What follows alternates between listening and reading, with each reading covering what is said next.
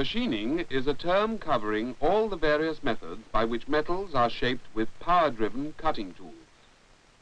The cutting operation consists essentially in removing layers of metal by the wedging action of the cutting tool. This principle applies to all cutting operations, whether carried out by hand tools or by the many types of power-driven machine tools. Nowadays, a large number of these power-driven tools are used in industry, all of which adapt the wedge principle to a particular purpose. For example, planers are used for smoothing large, flat surfaces, and milling machines for facing or slotting small components. Large holes are normally produced in boring mills, whilst for smaller sizes, drilling machines are used.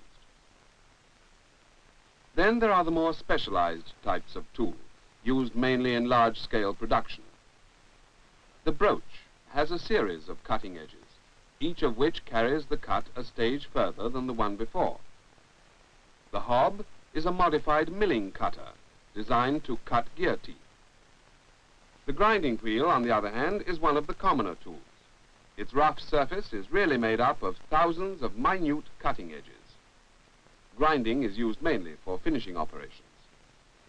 The most familiar and most versatile of all machine tools is the lathe. The object of any machining operation is to remove a definite amount of metal as easily and as quickly as possible, and at the same time to achieve accuracy and a satisfactory surface finish. The efficiency with which this can be done depends basically on three factors: the physical characteristics of the metal to be cut, that is, the workpiece, the design and nature of the tool, and finally, during the operation, the relationship between the tool and the workpiece. This, of course, includes factors such as the cutting fluid, the nature of the operation, and the design of the machine tool. Each of these factors may vary considerably, and in order to get the best out of a machine tool, something must be known of the background common to all machining operations. The first thing to be considered is the nature of metal itself. If a polished specimen of pure metal is examined under the microscope, it is seen to consist of a patchwork of irregular and closely interlocked grains. Each of these grains, though irregular externally, is made up of atoms arranged in a regular pattern called a lattice. If pressure is applied to the metal, rows of atoms slide over each other along what are called slip planes. Pressure is transmitted from one grain to another, and so causes deformation and a rearrangement of the grain structure. If the pressure is continued beyond a certain point, however, the metal fractures by shearing along favorable slip planes. This is a general picture of what happens when any metal is machined. But different metals show varying resistance to the pressure of the cutting tool. In other words, their machinability varies according to their particular properties. Some of these properties can be assessed by means of a few simple mechanical tests. In the Izod test, for example, a brittle metal fractures without appreciable deformation. Cast iron is a common example. On the other hand, tough metals, such as stainless steel, absorb a great deal of energy before fracture. Metals that stretch considerably before breaking in the tensile test are said to be ductile.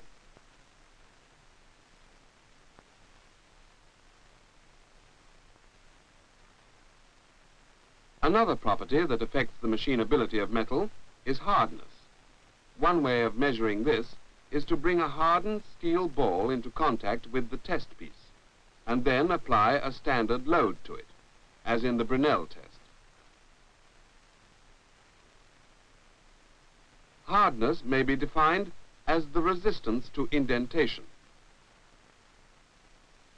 When a metal is being machined, the tool must overcome the resistance of the workpiece. For this reason, tools, in general, are considerably harder than the metal that they have to cut.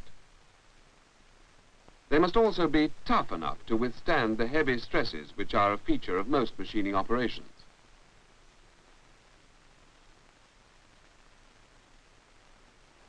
Although the design of cutting tools varies greatly according to the particular job they have to do, they can be broadly divided into groups having certain features in common.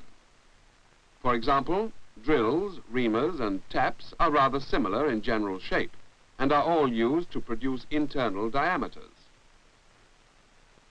Milling cutters, saws, and broaches, on the other hand, look very different from each other, but all have one thing in common. They belong to the group of cutting tools having a number of cutting edges, in contrast to the single-pointed group as used for shaping, planing, and turning. But in all tools, the most important feature is the cutting edge. This must be the right shape, have adequate support, and must be suitably sharp. Tools are given their final form by grinding. This is a skilled job, and the tool should be checked before starting on any machining operation to make sure that the angles of the various faces are appropriate.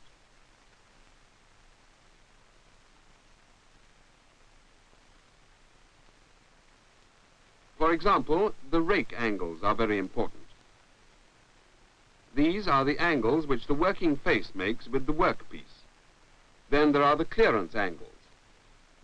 These must be large enough to allow the tool to clear the workpiece, but not so great as to weaken the cutting edge. Following the preparation of the tool comes the setting up for a particular job. Here, the skill and experience of the setter count for a great deal, but there are some general rules for each type of machine. On a lathe, for example, the setter will ensure that the cutting edge is exactly the same height as the center of the workpiece, and that the overhang from the tool support is as small as possible, so that the tool has maximum rigidity.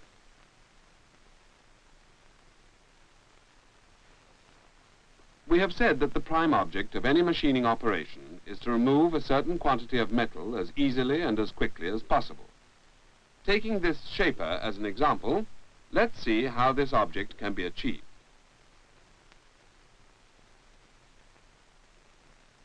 The first thing to consider is the speed of cut. Obviously, the greater the speed at which the tool cuts through the metal, the greater the amount of metal removed in a given time. Most machine tools can be run at various speeds, and in theory, the cutting speed can be increased up to the limit of a particular machine. In practice, of course, the person in charge of an operation will decide on the most suitable cutting speed for the particular job. The choice of speed will depend on the sort of metal being cut and the type of tool being used.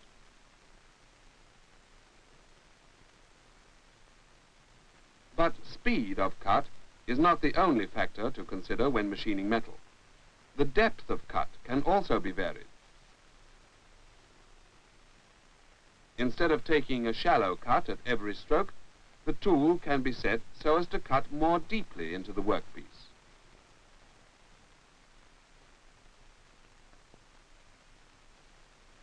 Then there is another factor, the feed. This might be called the sideways amount of metal removed at each cut, as in the case of the speed and depth of cut. This can be varied according to the job. If these three factors, speed of cut, depth of cut, and feed, are multiplied together, we get the volume of metal removed in a given time.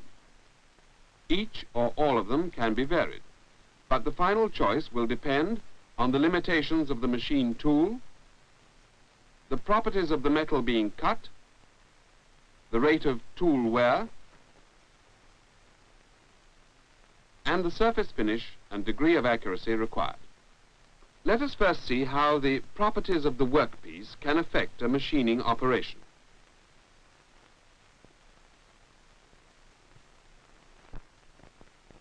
Roughly speaking, a ductile metal is one that will stretch considerably before breaking. When a ductile metal is being cut, the grains tend to deform rather than fracture. This causes the severed portion of metal to flow over the tool as an unbroken ribbon, forming what is called a continuous chip.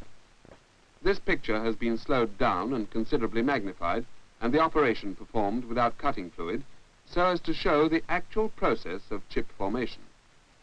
With metal of this type, the cutting action is relatively smooth, and in such cases, a high cutting speed with a moderate feed and depth of cut is normally used.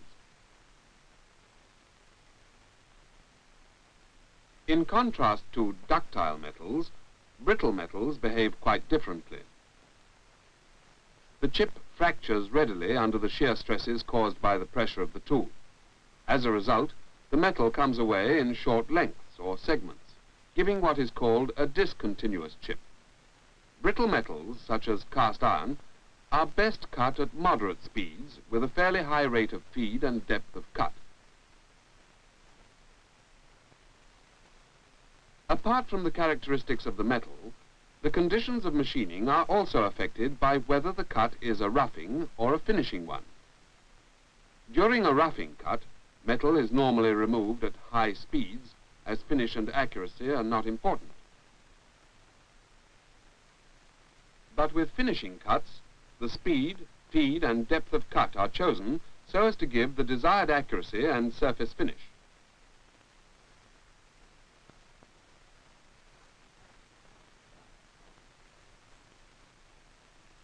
In neither case should the rate of metal removal be so high as to cause excessive tool wear.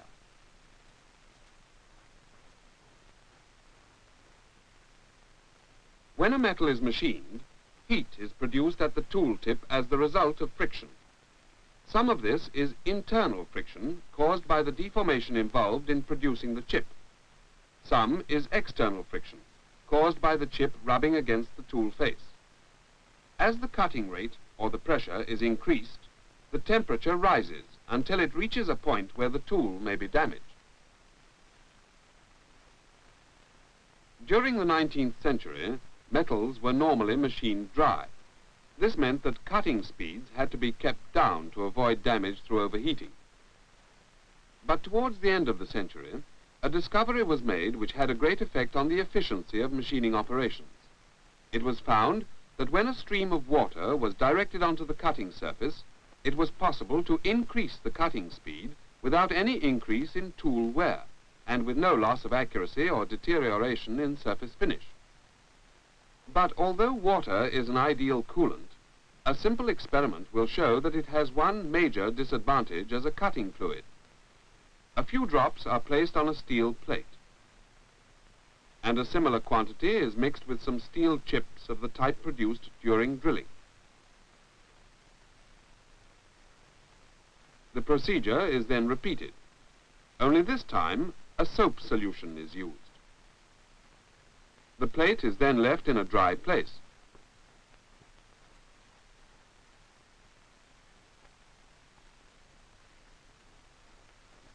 After 24 hours, the steel chips are removed, and the plate is cleaned with a dry cloth. The water has caused severe corrosion of the metal, whilst the soap solution has left only a faint mark.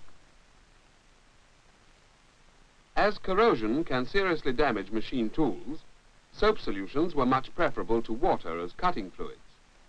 They have the same cooling properties and make it possible to increase cutting speeds by reducing the temperature at the tool tip. The action of a coolant is simple. As it flows over the chip and the tool, it absorbs and carries away much of the heat which has been generated. Generally speaking, the action is best when a large volume of coolant is applied at a low pressure.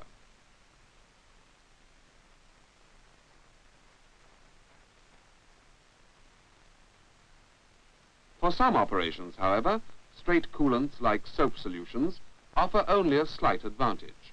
They have little lubricating power and therefore do not materially reduce the friction, which is the main cause of tool wear. For this reason, oils of both the fatty and mineral types are used as cutting fluids. They have less cooling power than water, but by reducing friction they can increase tool life, particularly on severe operations. Cutting oils also have another advantage. This can be demonstrated by adapting a milling machine for use as a planer and setting it up to machine a steel bar.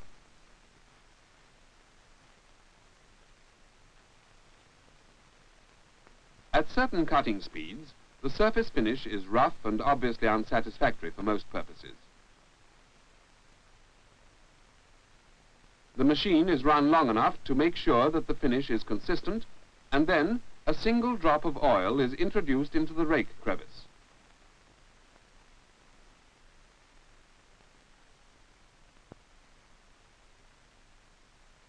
There is an immediate and very obvious improvement in the surface finish.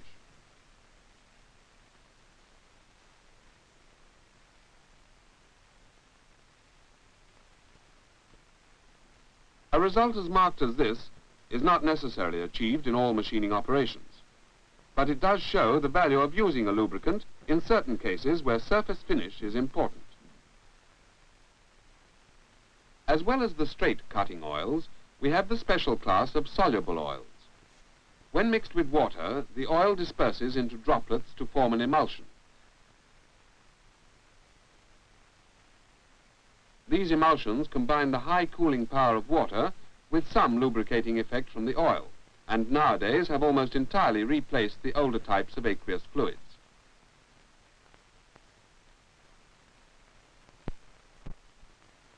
Apart from the advantages gained from the use of cutting fluids, there have been great improvements in other spheres, and in particular, the development of cutting tool materials.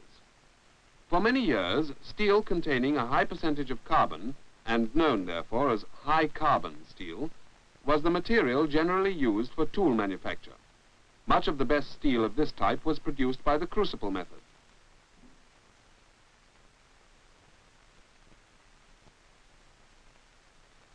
After careful preparation in the furnace, teaming takes place. In other words, the molten metal is poured from the crucible into molds. Here it sets into ingots from which the tools are ultimately made. Heat treatment is the final stage in production. The tool is taken from the furnace where it has been heated to the hardening temperature and is then quenched. This gives it the necessary hardness to do its job. High carbon steel tools are quite suitable for cutting operations at low speeds. But when the cutting rate is increased, the tool softens rapidly as a result of the heat generated and may collapse entirely. Carbon steel tools impose a definite limit on machining rates.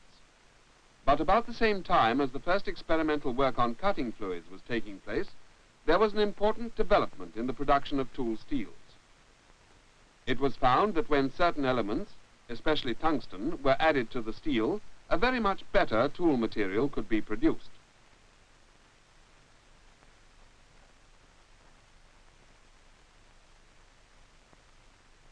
These high-speed steels, as they are called, made it possible to increase machining rates to a much higher level than previously.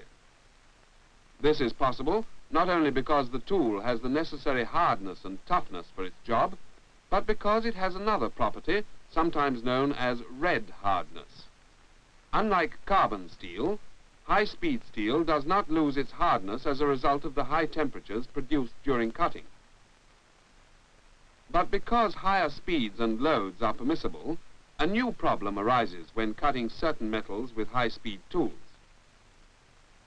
As the underside of the chip rubs against the breast of the tool, two chemically clean surfaces are in contact under conditions of high temperature and pressure. In these circumstances, some welding between the chip and the tool may occur. In practice, this results in tiny particles of metal torn from the underside of the chip, forming what is known as a built-up edge. Up to a point, this will not matter, as the build-up helps to protect the cutting edge and prolongs tool life. But when it becomes excessive and continually breaks off and reforms, both accuracy and finish suffer. In such cases, something more than ordinary straight oils or emulsions may be needed. This has led to the development of oils with special anti-welding properties and special tests to measure these properties. In the 4-ball test, for example, 3 steel balls are locked in a cup containing the oil and placed in contact with a 4th ball clamped to a shaft. When the machine is started, the shaft turns at high speed, spinning the fourth ball against the other three. The friction between the fourth ball and the others is recorded on a rotating drum. When the test is run using a straight mineral oil, welding occurs very rapidly. The conditions which cause the four balls to weld together are similar to those which produce build-up on the tool during machining.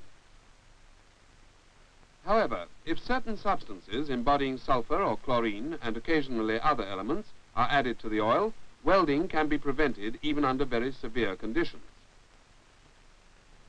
In this case, an oil containing special additives is compared with the straight oil used in the previous test. After a much longer run, there is still no suggestion of welding. These extreme pressure, or EP oils as they are called, are used nowadays in many operations such as tapping. They're especially useful where tools are expensive and where good surface finish is needed. They are one more factor in the development of higher standards and higher efficiency.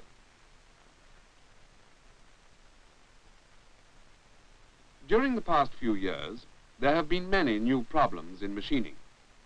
On the one hand, the development of new and often exceedingly tough alloys, such as those used in the manufacture of gas turbines and turbojets, and on the other, the continual rise in industrial output, have created a demand for even better cutting materials. One result has been the production of tools fitted with tips of sintered carbide or special non-ferrous alloys. Although exceedingly hard, these materials are also brittle. For this reason, the special tips are brazed onto steel shanks, which gives the tool strength as well as hardness.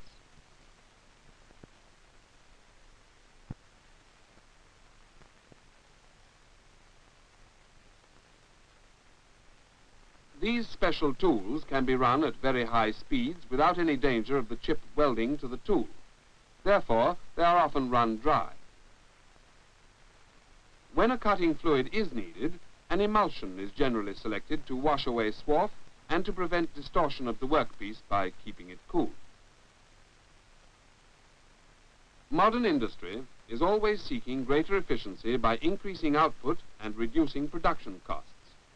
To this end, the use of automatic machines for the production of standard parts is continually increasing. Once set up, and apart from periodical resetting, these machines operate entirely automatically and produce finished parts at the rate of hundreds each hour.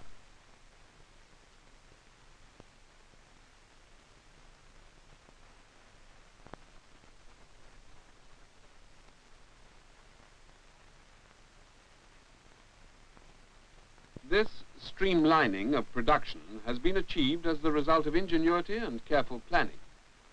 It is backed up by research, which aims to establish precise standards and increase efficiency still further. The actual equipment for research in metal machining usually consists of standard machine tools plus special instruments for close control and measurement. An example of this control can be seen in the preparation of tools.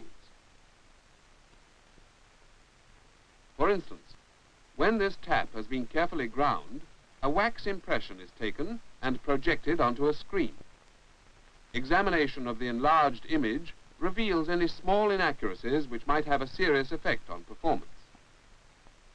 The machining tests are often mechanized to eliminate the human element. During the investigations, many factors, such as the speed of the operation, the exact form of the tool, and the effect of different types of cutting fluid, must be carefully controlled and their effects measured. For this reason, a complete record is made of the torque variations during this test. The accurate grinding and preparation of tools is a vital factor in machining.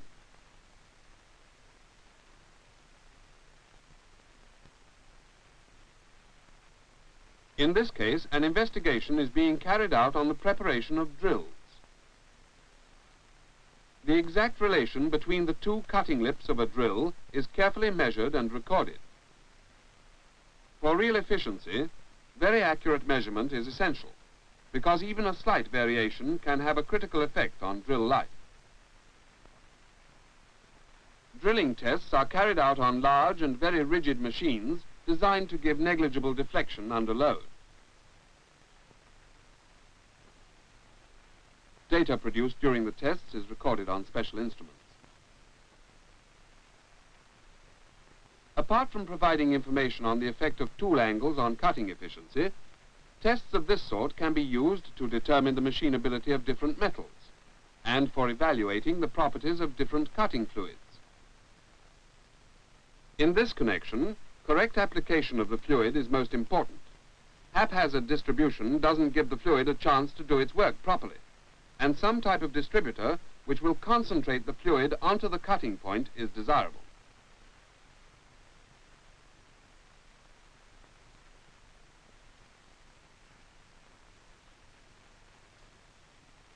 Knowledge and experience in metal machining, coupled with basic research, are the background to more efficient production.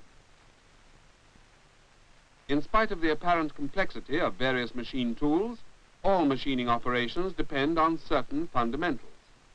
Among these are the physical characteristics of the workpiece, the design and nature of the tool, and the relationship between the tool and workpiece.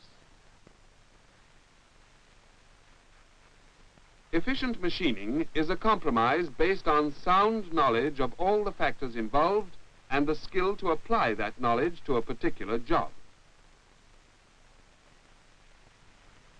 This is the background to the accurate machining of metal.